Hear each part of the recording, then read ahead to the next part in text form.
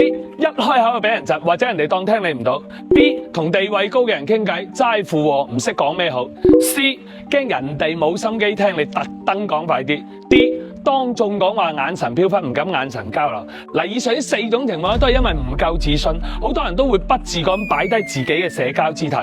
今日同大家分享4個上位者思維，以後無論講嘢定係做嘢，你都氣場大開，唔好講藐視眾生咧，至少保證你唔會俾人睇唔起。第一件事，亦係打造氣場最重要嘅一招，就係唔好怕冷場，敢於留白，敢於沉默。一群人當中打破冷場嘅，一般都係情商高嘅，比較圓滑嘅，但一定唔係大佬。沉默本身就係大人物嘅特權，打完場搞氣氛都係組局嘅人做嘅嘢。遇到啲9唔搭8問題，或者令你唔 like 嘅，或者你唔識答嘅，或者答出嚟會影響你人設嘅，你大可以唔撚理佢嘅，或者即刻轉頭同第二個傾個第二樣嘢，係嘛？一定唔好硬住頭皮去硬接，唔係句句都要你收尾嘅。敢於冷落對方嘅話，你先顯得出有份量、夠矜貴，明唔明啊？第二件事都係氣場相關，就係唔好去解釋，自信啲，你唔需要咁多人去理解你，事實上亦冇咁多人在乎你，你解唔解釋都一樣嘅。人哋讚你身材好，你咪大大方方講多謝就係啦，唔使解釋。我每日都會做 gym 㗎。人哋恭喜你攞低個項目，你接受就係啦，唔使扮晒蟹。我其實都冇咩嘅，今次運氣好啫。嗱，主要係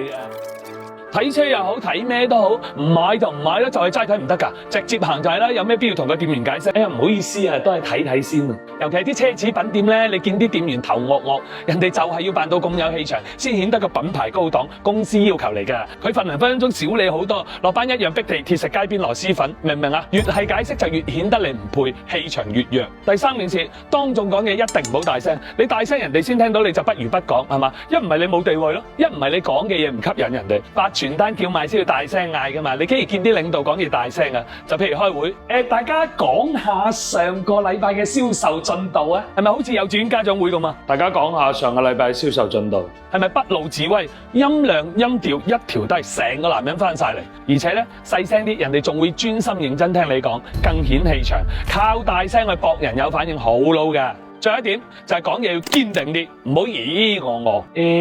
我覺得咧都唔一定嘅，都唔係唔得，可能都得嘅。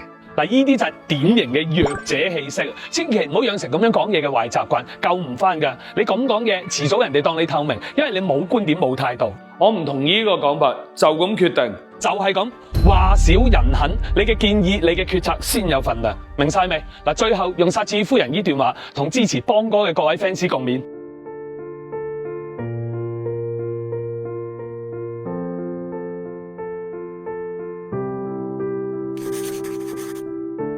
今日初五接財神，一家大細救醒神。財神到，財神到，好心得好報。財神話，揾錢要正路。財神到，好走快兩步，得到佢。